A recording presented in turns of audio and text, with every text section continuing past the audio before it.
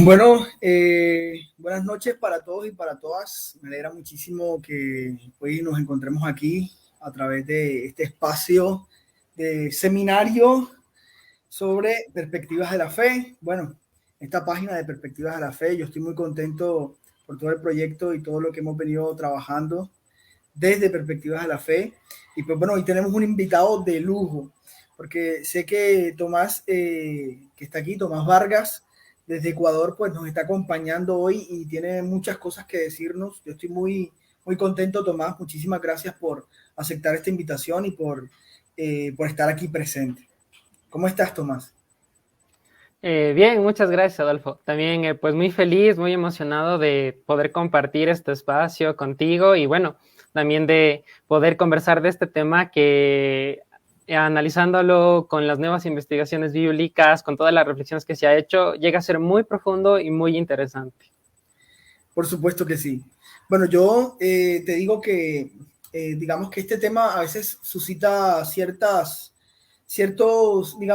especulaciones frente al tema bueno, solamente hablar sobre las tentaciones de Jesús ya en el desierto.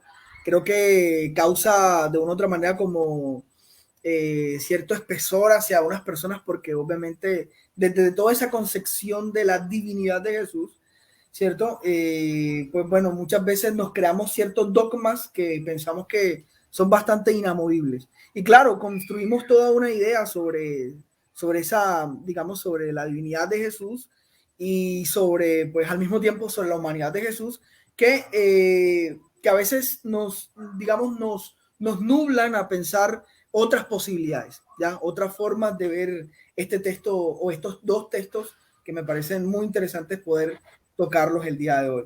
Bueno, hoy principalmente vamos a hablar de uno de ellos, ¿cierto? Que es el Evangelio de Mateo, perdón. Tomás, iba a decir Evangelio de Tomás. Evangelio de Mateo. Y pues yo quiero iniciar leyéndolo, ¿ya? Vamos a iniciar como haciendo la lectura principalmente. Y luego pues vamos como haciendo como ciertos comentarios. Y bueno, Tomás nos tiene de hecho toda una presentación, así que Tomás, excelente. Hoy vamos a ir con este tema. Yo sé que digamos que lo vamos a disfrutar muchísimo y ojalá todas las personas que nos están viendo y que están ahí observando a través de perspectivas de la fe nos puedan dejar su comentario desde donde nos ven, desde donde nos observan y puedan también compartir a otras personas, porque sé que lo que hoy vamos a hablar, lo que hoy vamos a decir, muy pocas veces se escucha dentro de los círculos eclesiales, ¿ya? Muy pocas veces se escucha dentro de los círculos eclesiales y digamos que ir a fondo de estas escrituras nos ayuda muchísimo porque nos saca de dudas y asimismo pues nos va dando ciertas ideas sobre cómo interpretar o comprender el texto bíblico. Muy bien, entonces vamos a hacer la lectura, Tomás, en este caso de el Evangelio de Mateo. Estoy con el Evangelio de Tomás. El Evangelio de Mateo, capítulo 4. Muy bien. Dice entonces de la siguiente manera. Entonces Jesús fue llevado por el desierto, por el Espíritu al desierto, para ser tentado por el diablo. Después de hacer un ayuno de 40 días y 40 noches, sintió hambre. El tentador se acercó y le dijo, si eres hijo de Dios, di que estas piedras se conviertan en panes. Mas él respondió, está escrito, no solo de pan vive el hombre, sino de toda palabra que sale de la boca de Dios. Entonces el diablo lo llevó consigo a la ciudad santa, lo puso sobre el alero del templo y le dijo, si eres hijo de Dios, tírate abajo, porque está escrito, a sus ángeles te encomendará en sus manos, te llevarán, y en sus manos te llevarán, para que no tropiece tu pie en piedra alguna. Jesús le contestó, también está escrito, no tentarás al Señor tu Dios. De nuevo lo llevó consigo al diablo a un monte muy alto y le mostró todos los reinos del mundo y su gloria. Y le dijo, todo esto te daré si postrados me adoraras. Dícele entonces Jesús, apártate, Satanás, porque está escrito. Al Señor tu Dios adorarás y solo a él darás culto. El diablo finalmente lo dejó y entonces se acercaron unos ángeles y se pusieron a servirle. Muy bien. Bueno, yo estoy leyendo, para los que posiblemente están leyendo otra lectura, yo estoy leyendo la Biblia de Jerusalén, de la nueva edición.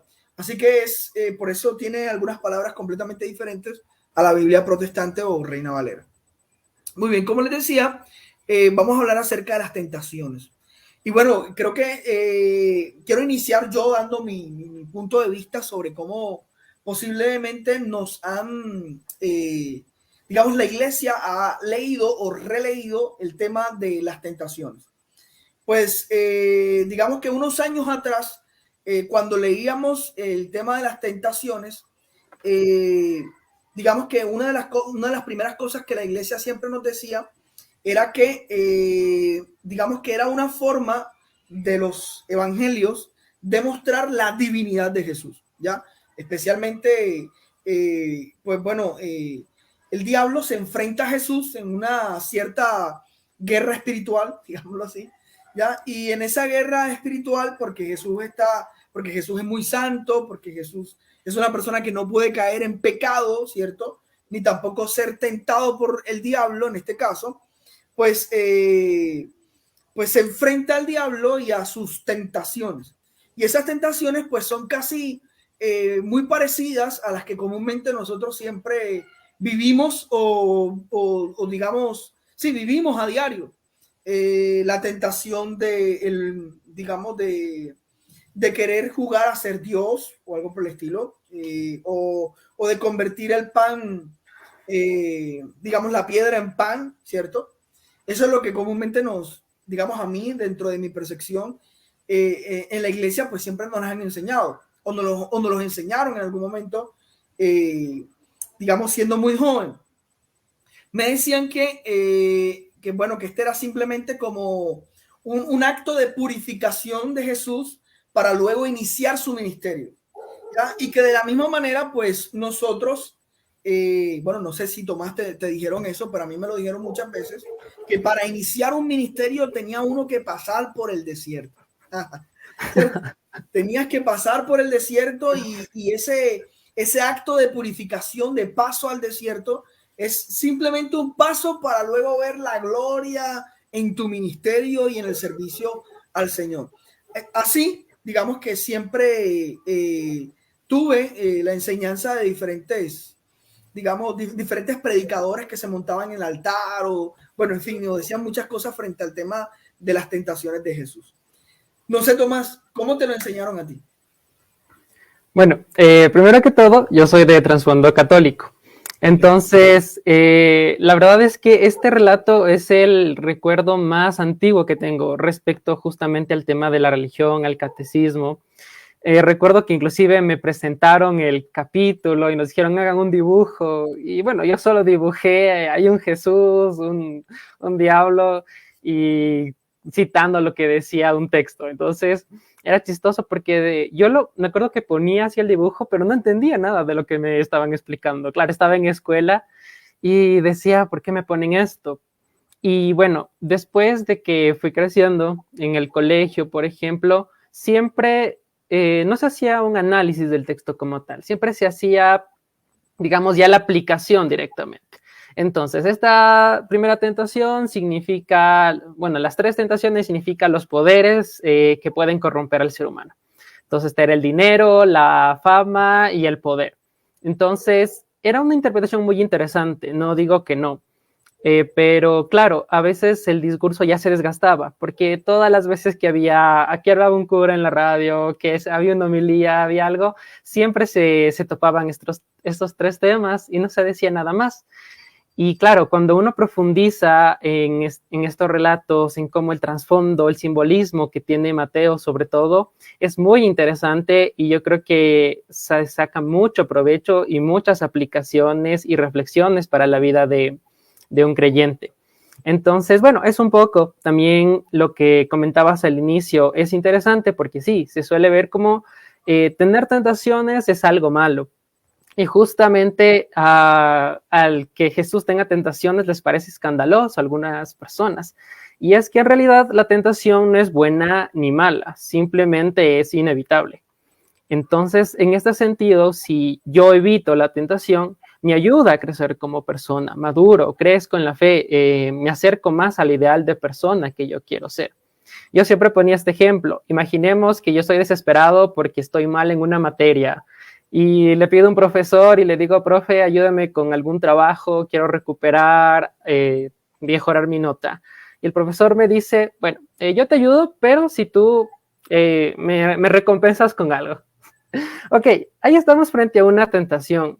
Y esta tentación, como decía, es inevitable. En cualquier parte del mundo va a haber profesores tal vez corruptos que quieran pues aprovecharse de su desesperación de los estudiantes y sacar provecho de esto. Entonces, claro, uno frente a esto puede decir, pues sí, aquí tiene, yo no quiero esforzarme, yo ahí queda. O puedo decir, no, ¿sabe qué? Voy a pasar el semestre, voy a pasar el año de manera honesta, no voy a caer en eso. Entonces, justamente es eso, ¿no? Saber que frente a la tentación hay dos caminos, puedo escoger uno que me ayude a crecer y otro que tal vez se separe de lo que yo quiero ser y de mis valores, de lo que represento. Entonces, justamente para mí es importante hacer esta, como que pequeña aclaración, explicación de las tentaciones y ahí poder comenzar ya con el relato como tal. Muy bien, Tomás. Sí, yo creo que, bueno, técnicamente nos estamos encontrando con un texto midrashico, ¿ya? Es un midrash, ¿cierto? Mateo es un midrash y, bueno, para quienes posiblemente nos escuchan y no saben qué es un midrash, es como una relectura, ¿ya? Digamos así. Es Mateo, pues, intenta, o la comunidad mateana, porque, bueno, hay quienes dicen que no es un solo personaje, intenta hacer una relectura a este texto. Y, claro, Mateo no solamente lo hace en este texto, o la comunidad mateana no solo lo hace en este texto, sino que lo hace repetitivamente durante, digamos, la mayor parte de los textos de Mateo, las cuales se convierten en, digamos, en símbolos, ¿ya? O relecturas o reinterpretaciones de, digamos, de Moisés, ¿ya? Digamos, de ese paso del pueblo de Israel entre Egipto bueno, la salida de la esclavitud de Egipto. Por eso, a quienes posiblemente están aquí, que vienen desde Instagram y que posiblemente vieron las historias, les comenté que este relato pues tiene bastante también conexión con el Éxodo, ¿ya? Tiene una bastante conexión con el Éxodo porque precisamente vamos a encontrar esa relectura de Mateo a todas las, digamos, acciones o situaciones en específico de las que el pueblo le tocó pasar. No sé, bueno, no sé si Tomás de pronto va a ahondar un poquito en esto, pero sería bueno que al final de pronto les voy a ampliar un poquito más junto a Tomás o cuando Tomás pues toque este tema sería bueno como ampliarlo también para invitarles que bueno, que tenemos nuestro curso sobre secretos que la iglesia no te ha dicho sobre el Éxodo. Entonces, pues bueno, nada, Tomás, quiero que iniciemos con esta presentación. Entonces, voy a presentar para que tú inmediatamente pues hables sobre el tema, sobre este texto exactamente de Mateo. Bueno, Tomás es estudiante del Centro Bíblico Verbo Divino en Quito, en Ecuador. Es estudiante del Centro de Estudios de Bíblico Limud también. Por aquí tuvimos a César de Limud. Está cursando, de hecho, un diplomado en Ciencias Bíblicas del Nuevo Testamento. Es estudiante de la Fundación Diálogo entre Ciencia y Fe del biblista, del doctor Ariel Álvarez Valdés. Y bueno, ha estudiado también Cristología en el programa de formación teológica laical EFETA y pertenece al equipo de formación de Red Juvenil Ignaciana del Ecuador, realizando proyectos y materiales formativos, además de organizar estudios y charlas. Y bueno, y tiene un montón de cursos de más también, que sé que bueno, que es asombroso, es admirable de verdad, Tomás, que estés decidido con el tema de la teología. Y pues bueno, es un laico, pero tiene en sí un espíritu teológico muy, muy profundo y sé que en algún momento pues lo vamos a tener como un teólogo como tal reconocido, Tomás. Muchas gracias. Muy bien, entonces Tomás, voy a hacer la presentación y te escuchamos. ¿Listo? Perfecto. Listo. Bien, voy a hacer por acá nuestro. Listo. Listo, perfecto. Bueno, justamente la charla de hoy se titula así, ¿fue Jesús tentado por el diablo? Vamos a ir viendo algunas cositas. Puedes pasarle, vamos a ir al temario. Bueno, como primer punto, justamente vamos a ver las dificultades que encierra el relato a nivel histórico, para considerarlo un relato histórico. Como segundo punto, lo que vamos a ver es las 3 tentaciones en los evangelios, un breve análisis de lo que dice cada uno de los 4 evangelios. En tercer lugar, lo que vamos a ver es la intención de Mateo al componer este relato, todos los símbolos y mensajes que utiliza. Y por último, vamos a terminar con una pequeña reflexión. Listo. Bueno, un texto guía que utilicé para realizar esta charla fue justamente del mismo título, fue Jesús tentado por el diablo, del biblista Ariel Álvarez Valdés. Entonces, para los que quieran conocer, profundizar, ampliar muchas de las cosas que voy a hablar a continuación, lo pueden encontrar en el siguiente artículo. El artículo lo pueden buscar en Google tranquilamente, lo encuentran de manera totalmente legal. Así que bueno, quería hacer primero esa mención justamente y ahora sí podemos continuar. Bien, cuando nosotros analizamos este relato, veremos que nos plantea varias interrogantes o varias preguntas. La primera pregunta. Aquí es, ¿por qué Satanás aparece una sola vez para tentar a Jesús? Se nos cuenta que en el desierto, pues aparece, lo tienta 3 veces, termina y de ahí no vuelve a aparecer en lo que queda del resto de su vida. Justamente es la pregunta, ¿por qué no vuelve a aparecer? ¿Por qué no se vuelve a aparecer en otras escenas? Me parecía chistoso o curioso, como cuando comentaba esto con una amiga me decía, pero sí aparece, cuando le están latillando, aparece el diablo y aparece con un bebé, y yo le digo, pero espera, eso no es bíblico, eso es de la pasión de Cristo, pero no tiene nada que ver con un fundamento bíblico. Esas son las influencias de hollywoodenses al relato. Ajá, y en muchas cosas ha influido mucho las películas que tenemos de Semana Santa, y que en realidad no tienen ningún fundamento bíblico. Sería muy interesante también hablar de eso. Bueno, la segunda pregunta es, ¿por qué Jesús solo tiene 3 tentaciones? Justamente la carta a los Hebreos en el capítulo 2 nos habla de cómo Jesús tuvo pruebas como nosotros, tuvo tentaciones como nosotros. Entonces, claro, uno se pregunta, ¿cuándo yo he tenido tentaciones así? O sea, ¿cuándo se me ha aparecido el diablo de frente y me ha dicho, mira, te ofrezco dinero, te ofrezco riqueza, te ofrezco poder? Claro, son relatos que nos dejan un poco como que anodadados de saber cómo pueden parecerse estas tentaciones que tiene Jesús a nosotros. Una tercera pregunta es, en el relato el diablo aparece llevando a Jesús de un lado al otro. Entonces justamente aparece en el desierto y ¡pac!, aparece en la montaña. Y ¡pac!, aparece en otro lado. Entonces justamente como si lo teletransportaran. Exactamente, es como ¿qué hizo? Lo teletransportó, lo llevó volando, se fueron caminando hasta los varios lugares.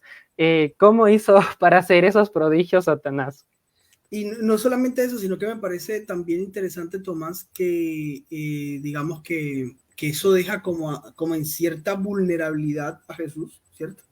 No sé, leyendo el texto ahorita me preguntaba eso, ¿por qué deja a Jesús en cierta vulnerabilidad de que Satanás, pues, bueno, ven, vamos, y te llevo a tal lado? Entonces, esa vulnerabilidad allí es, digamos, posiblemente no nos las hemos preguntado, pero es un tema delicado, ¿ya? Dentro de la iglesia, como que porque el diablo, pues, como lo lleva como guste, ¿ya? A donde él quiera y punto.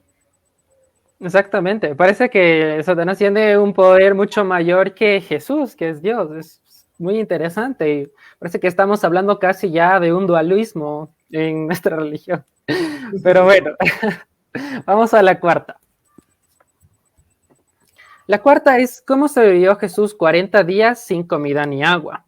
Hablamos de que Jesús fue verdadero Dios, pero también verdadero hombre. ¿Y cuál verdadero hombre puede sobrevivir 40 días sin comida ni agua? Está bien. A ver, según la ciencia, puede sobrevivir una persona 40 días hasta más sin comida, pero sin agua no sobrevive más de 5 días. Entonces, justamente aquí tenemos un problema, porque estamos teniendo un problema sobre todo con la humanidad de Jesús. La quinta. Y la quinta también, y más interesante, es cómo se enteró Mateo de este relato.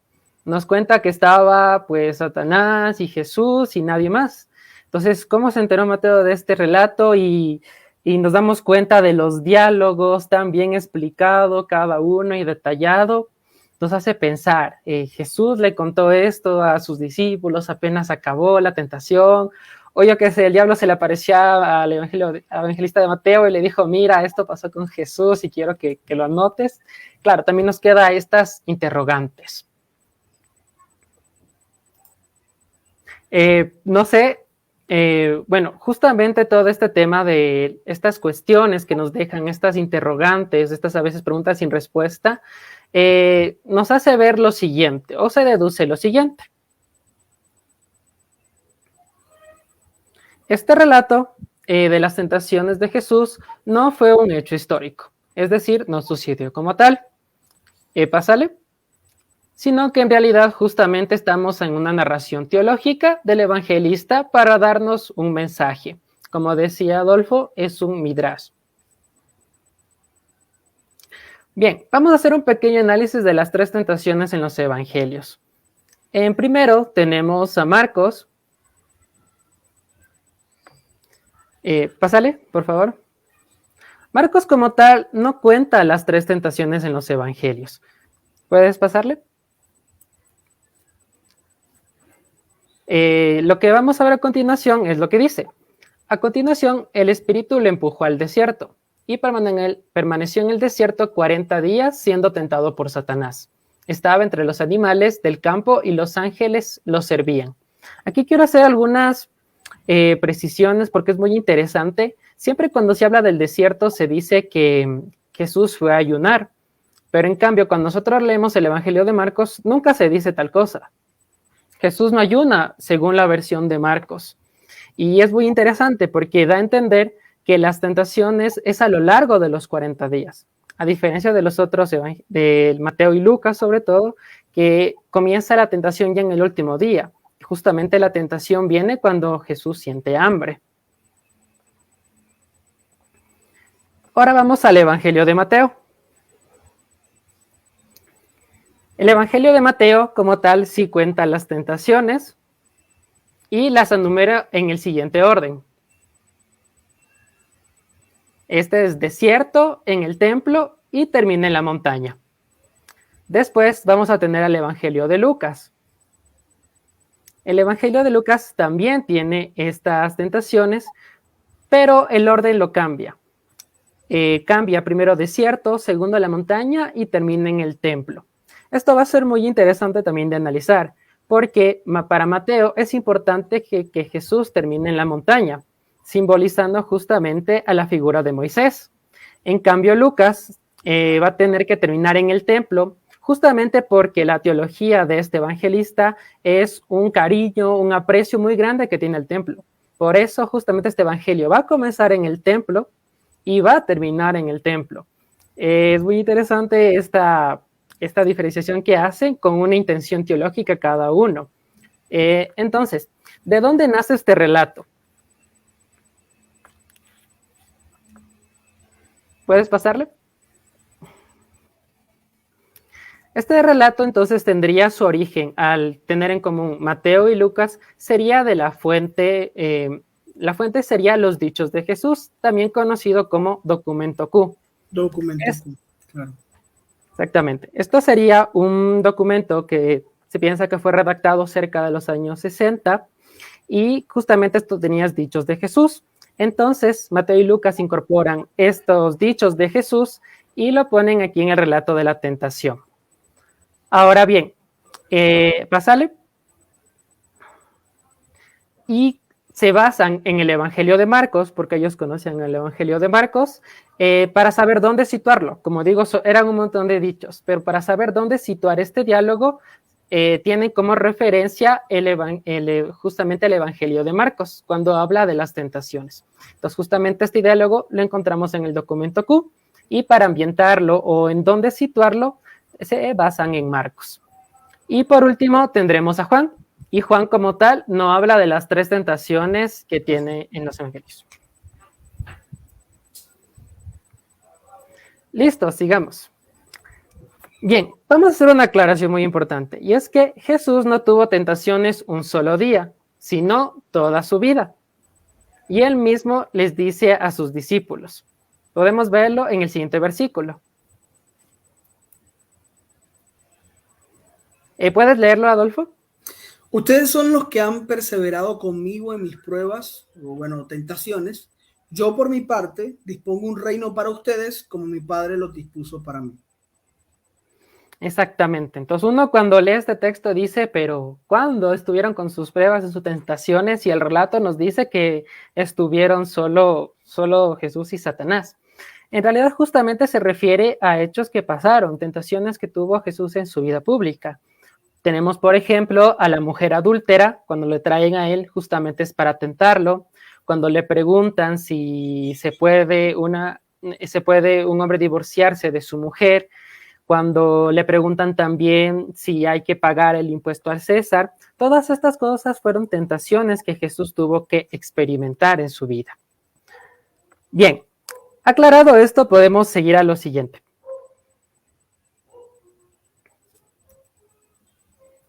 Bien, ¿por qué tres tentaciones? ¿Por qué justamente por qué no más? ¿Por qué no 4, 5, 7? ¿Por qué tienen que justamente utilizar tres tentaciones? Y es que en realidad el número 3, ahí puedes pasarle, es un número simbólico. Entonces, normalmente puede representar el pasado, presente y futuro. Entonces, cuando uno utiliza el número 3, viene a simbolizar o equivale a decir siempre o la totalidad. ¿Puedes pasarle? Otra, por favor. Entonces, justamente aquí en ejemplos tenemos en Génesis 6:10, donde se habla de la descendencia de Noé, tuvo 3 hijos. Obviamente no quiere decir 3 hijos literales, quiere hacer el simbolismo que representa toda la descendencia, toda la humanidad. También tenemos en las 3 negaciones de Pedro. Estas 3 negaciones no son literales, sino justamente es un símbolo que se utiliza para representar todas las veces que Pedro negó a Jesús. O también en Isaías 6, si no me equivoco, Isaías 6, donde se habla santo, santo, santo, utiliza justamente el número 3 para representar siempre o todo. Sabes que eso lo habíamos hablado también con el dinosaurio de Noé, cuando digamos que hay una parte donde en la creación, donde también se menciona 3 veces el nombre como de origen y principio, y era para referir eso exactamente. Muy interesante esa parte. Excelente. Sí, muy interesante. El simbolismo de los números también es un tema muy apasionante. Listo, entonces, ¿qué sacamos como conclusión? ¿Puedes pasarle? Esto justamente quiere reflejar todas las veces que Jesús estuvo expuesto a ellas. Entonces, al hacer las 3 tentaciones, quiere representar todas las veces que Jesús estuvo expuesto a ellas. Bien, ahora tenemos otra cuestión.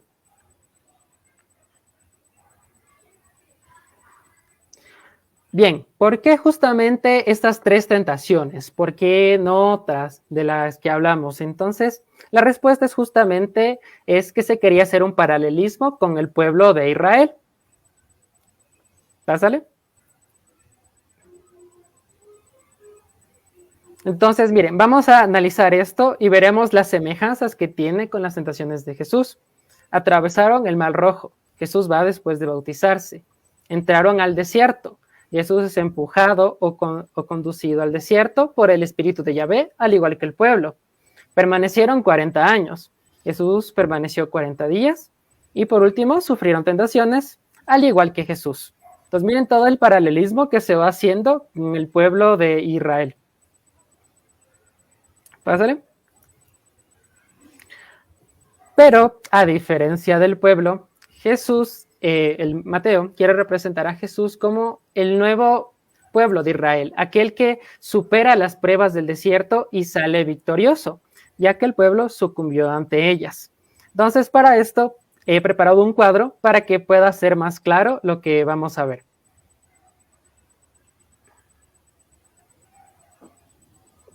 Síguele. Muy bien. La primera tentación habla del desierto y justamente puede ser referida al hambre. Entonces, la primera tentación representa el hambre que se puede sentir. Cuando el pueblo de Israel sufrió esta tentación, justamente ante la escasez de alimento, el pueblo se rebela contra Moisés y hasta añora volver a la esclavitud de Egipto. Entonces aquí se queja de Moisés y bueno, por lo menos allá éramos esclavos, pero teníamos ricos manjares, comíamos bien. Esta es una tentación que tiene el pueblo de Israel. Jesús, justamente recordando esta tentación, cita a Moisés. ¿Puedes pasarle? Entonces, justamente, Jesús se niega a usar los poderes en beneficio de sí mismo y citando a Moisés lo derrota. Es decir, cita, no solo de pan vive el hombre, sino de toda la palabra que sale de la boca de Dios. La segunda tentación.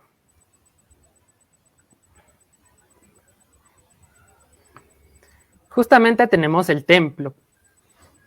Y esto puede simbolizar el probar la protección divina. Y esto también pasó al pueblo de Israel. En Masá, el pueblo exigió a Moisés que con un signo maravilloso hiciera aparecer agua. Ahí es cuando el episodio donde Moisés pues golpea la roca y sale agua, pero justamente queda esta anécdota de probar la protección divina, de dudar de si de verdad Dios quiere protegernos o cuidarnos. Jesús, ahí puedes pasarle, justamente recordando el consejo de Moisés, vuelve a citar el Deuteronomio y dice, no tentarás al Señor tu Dios, y supera también la segunda tentación. Ahora bien, vamos a la tercera. La última, que es la montaña, puede simbolizar el abandonar a Dios y seguir a otros ídolos, por así decirlo. Esto justamente hicieron el pueblo de Israel. Es un episodio más conocido, que abandonaron a Dios e hicieron un becerro de oro para poder adorarlo. Jesús, ahí pásale, supera nuevamente con las palabras de Moisés. Adorarás al Señor tu Dios y solo a Él le darás culto. Entonces miren qué interesante simbolismo y paralelismo que va haciendo Mateo para decir Jesús es el nuevo pueblo de Israel. Y a diferencia del pueblo de Israel, Jesús supera todas las tentaciones. Por lo tanto, sus seguidores también no podemos ser menos. Y nos quiere decir con esto que ninguna prueba está por encima de nuestras fuerzas. Bien. Tomás, hay Andrés de México, un amigo, de hecho, me pregunta, con base a la explicación entonces que se da, entonces Jesús es un constructo mitológico. Él pregunta, ¿o cuál es el argumento de tomar el paralelismo? Pregunta él. No sé si quieras tú pues, dar alguna respuesta ante la pregunta que hace. La pregunta es si Jesús es una creación mitológica. Una construcción mitológica, dice Andrés. No, el relato como tal, como está escrito, es justamente utilizando un género literario, que como hablamos es el Midrash. El problema es que nosotros tenemos a leer toda la Biblia o todos los evangelios como si fueran relatos históricos. Y creo que es un error, porque nos hace caer en una actitud fundamentalista y nos hace perdernos de todos los símbolos que quiere poner esto. Y claro, yo creo que conocer los géneros literarios nos ayuda mucho más a profundizar y conocer mejor el mensaje que quisieron dejarnos. Entonces, ya voy a responder la otra pregunta en el siguiente diapositivo. En el siguiente diapositivo. Ok, estos relatos de las tentaciones, ¿fueron totalmente creados o se basaron en episodios reales de la vida de Jesús? Todo indica, pásale, que es lo segundo. Se basaron en episodios reales de la vida de Jesús. Y a continuación vamos a ver por qué. Bien, vamos a ver la primera tentación. La primera tentación ya nos da una pista, habla del pan. Entonces, ustedes piensen, ¿cuándo se menciona algo relacionado al pan? Y bueno, la respuesta justamente está en el episodio de la multiplicación de los panes. Aquí se nos cuenta lo siguiente. La gente quiso hacerlo rey a la fuerza, pero al darse cuenta de que era una tentación, se retiró solo a la montaña. Vemos entonces justamente qué tentación está representando. Y otra cosa más, aquí, ¿quién pasa a ser el tentador? ¿Puedes pasarle? Aquí quien representa a Satanás justamente es el pueblo, después de la multiplicación de los panes. Bien, vamos a la segunda tentación. Aquí dice una pista, cita la Biblia. Entonces nos damos cuenta que aquí Satanás es más astuto, ¿no? Y le recita el Salmo 91. Entonces aquí, ¿a quién puede representar justamente a qué suceso? Es cuando se le acercan los fariseos y saduceos para tentarlo. Y le pidieron una señal en el cielo, pero él los dejó y se fue. Entonces, ¿quién pasa a representar aquí a Satanás? Es justamente aquí las autoridades religiosas. Bien, vamos a la última tentación. Aquí la pista nos dice evitar el sufrimiento. Entonces, ¿en qué suceso pasa eso de la vida de Jesús? Es cuando Pedro le aconsejó que no se dejara matar, sino que conquistara el mundo de un modo más fácil. A esto Jesús le contesta, apártate de mi vista, Satanás.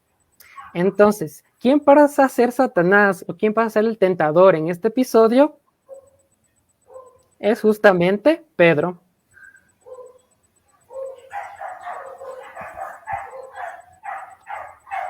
Bien, vamos a pasar a una pequeña reflexión. Ok, listo.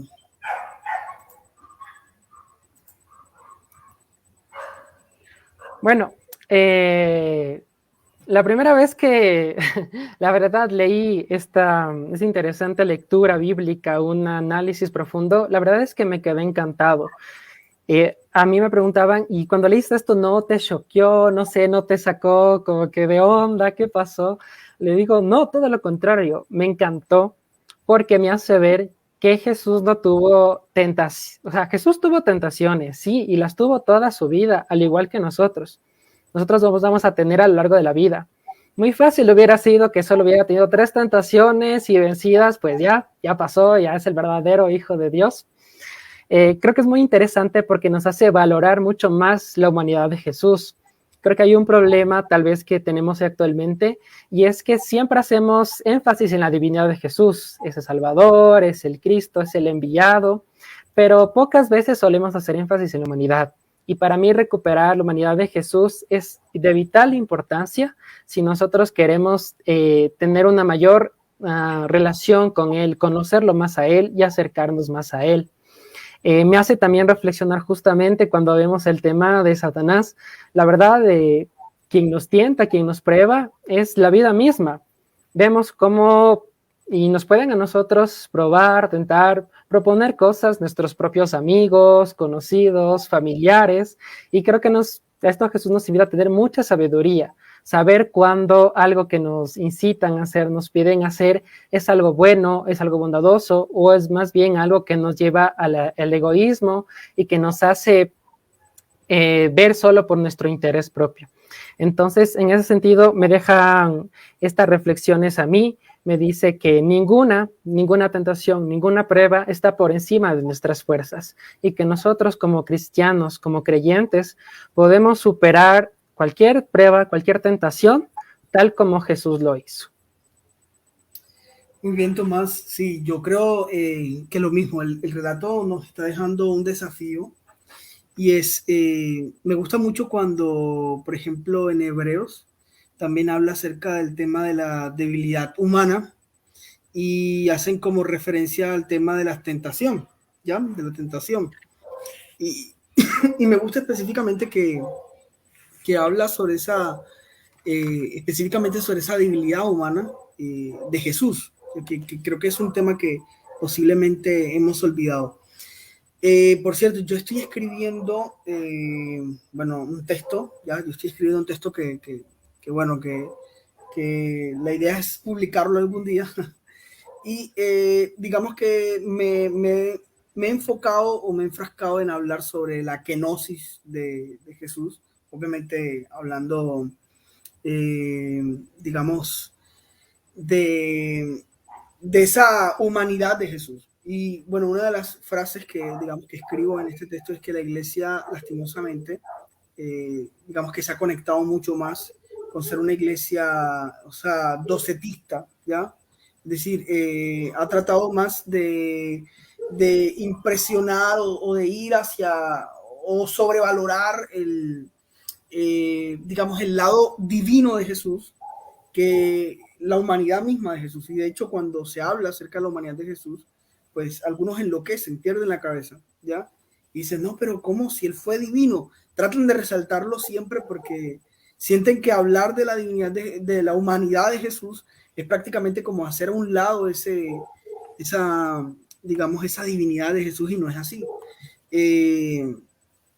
Claro, esta discusión es más profunda, y claro que, digamos que sé que se alarmarían algunos que están por aquí.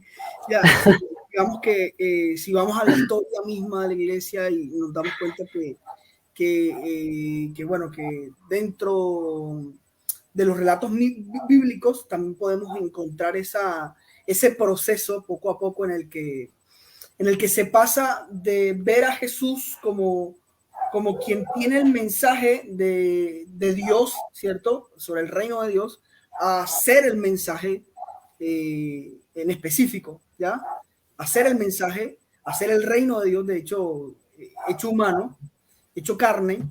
Entonces, asimismo, cómo se ve a Jesús que trae un mensaje en primera instancia, mucho antes de los evangelios, y luego, poco a poco se va a tener la idea de que Jesús es completamente divino, ¿ya? Pero es una idea que va a tener la iglesia de forma muy posterior. Estamos hablando del finales del siglo I, principios del siglo II, ¿cierto? Y lo vamos a ver dentro de la misma escritura. De hecho, Pablo, que es uno de los primeros escritos, lanza una cosa muy interesante, y yo lo trato en este tema de kenosis, en mi escrito sobre la kenosis, donde habla y dice que, digamos que Jesús fue considerado, ¿cierto?, hijo de Dios. Y bueno, y allí hay digamos, todo un revuelo, porque obviamente eso también puede oler un poco a esta herejía que fue fundada un poco allí a finales también a principios, perdón, del siglo,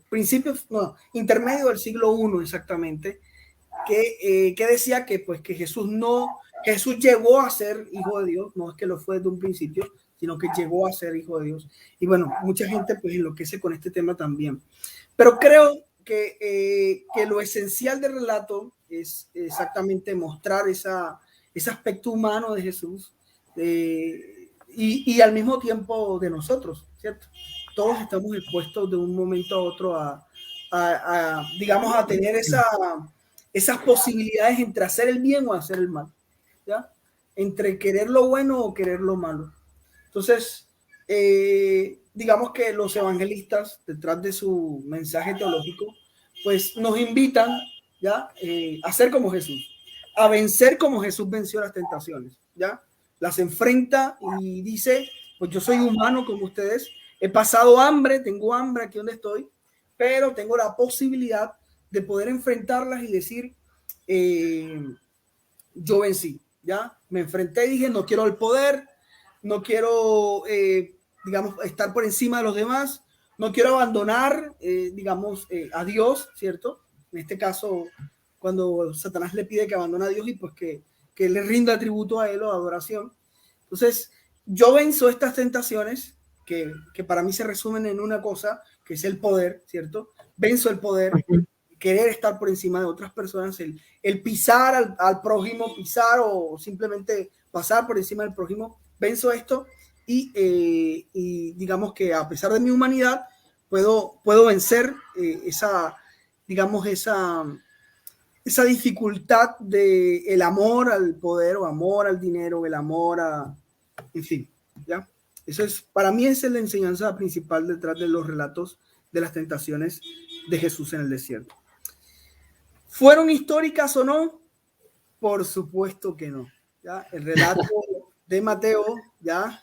Esto como conclusión para todos los que nos ven y que nos van a ver pronto en YouTube, el relato de la tentación no ocurrió, no sucedió, ¿ya? No pasó, realmente no pasó. Es un midrash, ¿cierto? Es un género literario en el que Mateo, específicamente Mateo, y bueno, Lucas también nos intenta, tomando obviamente, digamos, ese punto entre documento Q, enseñarnos, ¿cierto?, sobre la vida de Jesús y cómo Jesús, a partir de toda su vida, pasado, presente y futuro, ¿cierto? El 3, pues vence las tentaciones, ¿ya? Vence las tentaciones del poder, vence las tentaciones de las autoridades religiosas que intentan tentarlo para que se muestre más poderoso, ¿ya? Y vence al final, pues también las tentaciones de sus mismos discípulos que lo invitan a que por favor pase por encima de los demás y simplemente no se entregue, digamos, en la cruz, sino que haga un revuelo y pues bueno, quizá mate a todos, ¿cierto? Haga caer fuego del cielo. Haga caer fuego del cielo. Los discípulos tendemos, y hablo de todos y todas, tendemos a tentar a Jesús cuando queremos que Jesús muestre su poder por encima de los otros y las otras, ¿ya? Tentamos a Jesús cuando nos aprovechamos del prójimo y queremos estar por encima de ellos. Tentamos a Jesús cuando invitamos a que se pueda, digamos, pasar por encima de los otros seres humanos, ¿ya? Eso es lo que considero que puede ser hoy día una relectura, cómo nosotros miramos, ¿cierto?, el tema de la tentación de Jesús hoy día, cómo nosotros releemos eso para la comunidad hoy día. Pues la comunidad se convierte también en ese opresor, en ese tentador, ya, en ese Satanás, cuando, o quizá se ve tentada cuando quiere estar en el poder y estar encima de los demás. Esa es mi reflexión de lo que acabas de exponer, Tomás. Muchísimas gracias de verdad por este espacio. No sé si quieras añadir algo más. Sí, creo que justamente, claro, lo que yo hice a continuación fue una, digamos, exégesis del texto, pero claro, la aplicación, y yo siempre promuevo mucho esto, tiene que salir de uno. A veces nos quieren dar las reflexiones ya masticadas y yo creo que no, que lo interesante, lo bonito de esto es poder decir, wow, esta reflexión a mí me lleva a lo siguiente. Entonces, claro, yo escuché diversas reflexiones también cuando di este tema. Uno decía, esto me hace darme cuenta de que yo qué sé, que Satanás no existe y no le voy a echar la culpa a él, sino voy a tomar responsabilidad. Alguien dirá, no, el desierto para mí es el lugar en donde yo me encuentro, donde yo tengo que luchar contra mí mismo. Entonces me parecen muy interesantes, son reflexiones que uno puede decir, no están bien, están mal, porque son reflexiones de uno y son las aplicaciones que uno encuentra para la vida. En ese sentido, cuando tú mencionabas justamente estas tentaciones, es verdad, ahora pues toma mucho más sentido. La riqueza, ¿cuántas veces no vemos, bueno, tal vez al nivel político, más preocupados por el dinero, por cosas así, que por la necesidad de la gente?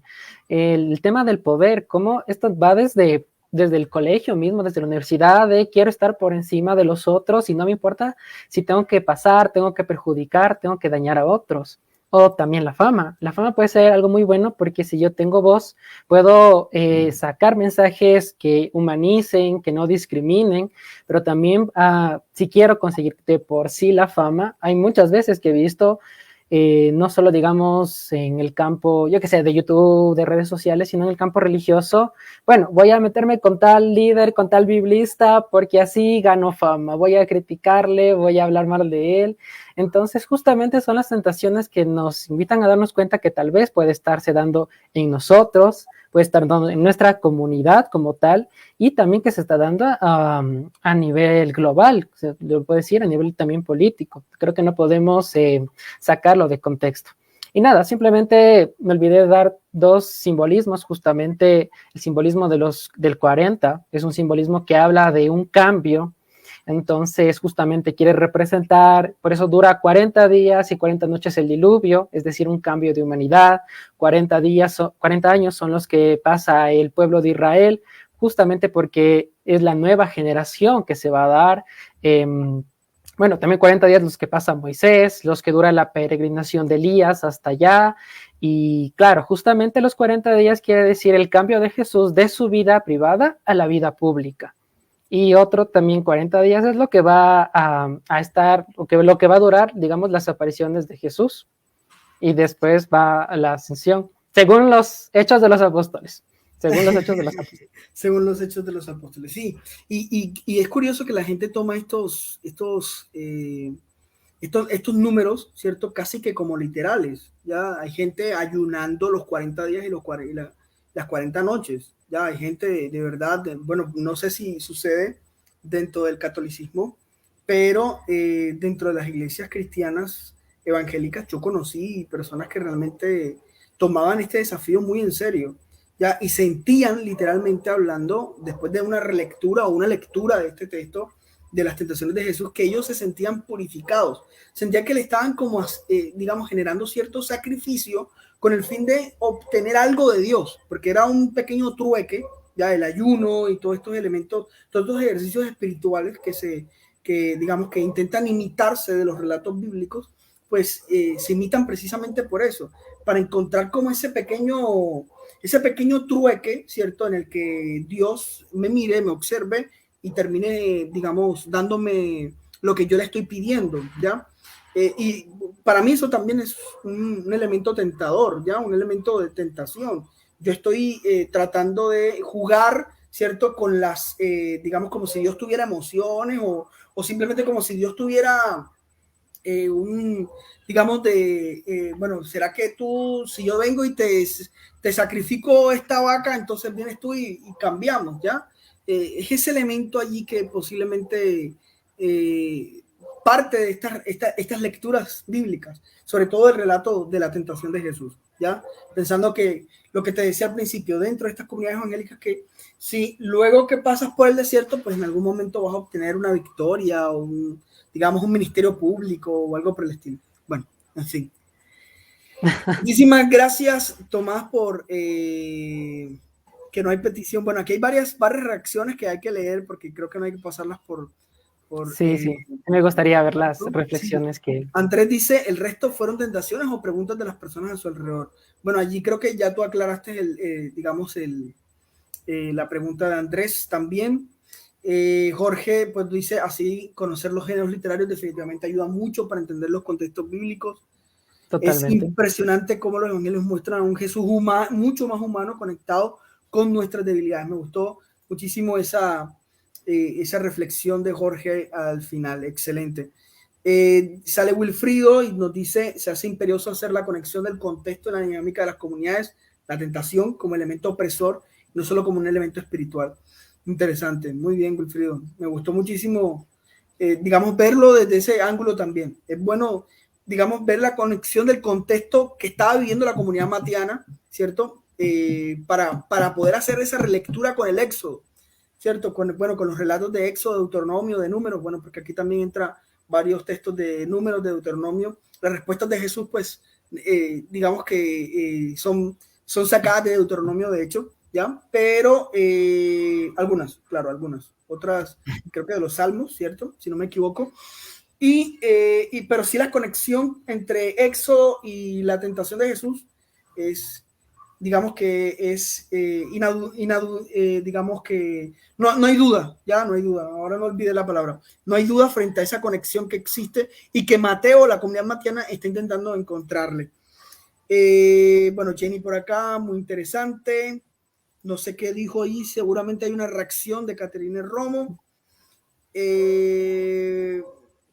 Digamos, por acá hay otra reacción, quien dijo religión, dijo mentira, bueno. Y luego está Mayra, ¿cómo estás? Dice, he escuchado incluso decir que no hay petición que Dios no haga, ¿cierto? O que no responda después de un par de ayunos de 40 días. Vamos, Y Mayra no está mintiendo. Yo lo he escuchado, también lo he visto, que hay personas que hacen ayunos como hasta las 6 de la tarde, hasta las 6 de la tarde y luego, pues bueno, comen, ¿cierto? No, perdón, no comen hasta las 6 de la tarde, a las 6 de la tarde comen y al día siguiente lo mismo. Ya, bueno, hay un buen bajón de peso allí, seguramente, pero yo no sé si Dios responda realmente una oración, ¿cierto? O un ayuno, digamos, visto desde este punto de vista, un sacrificio, Una negociación parece. Yo hago esto, pero tú me das esto. Exacto. No vas a eso. No sé. Allí sí no sé, ya eso ahí queda ahí bajo la voluntad de Dios. Muy bien, muchísimas gracias, Tomás. Bueno, vamos para 4 minutos de cumplir ya la hora. Nuevamente, muchísimas gracias a todos los que se conectaron, a los que se conectaron y luego ya no estuvieron. Más tardecito, pues esto también va a estar allí como en YouTube y pueden verlo nuevamente. Igual también va a quedar aquí en Facebook. Gracias, Tomás, nuevamente por todo lo que nos expusiste y por generar esta reflexión que tuvimos allí, que nació a partir de todo esto que nos revelaste, digamos, con los que nos enfrentaste. Un abrazo para ti. Adolfo. Igualmente, un abrazo a ti, Adolfo, y bueno, muchas gracias a todos los que se conectaron. Espero que les haya gustado, les haya servido y que saquen reflexiones muy importantes para su vida o para los de su comunidad. Perfecto. Bueno, ya tendremos en otra oportunidad, Tomás, nuevamente. Un abrazo para todos y para todos. Hasta luego. Chao.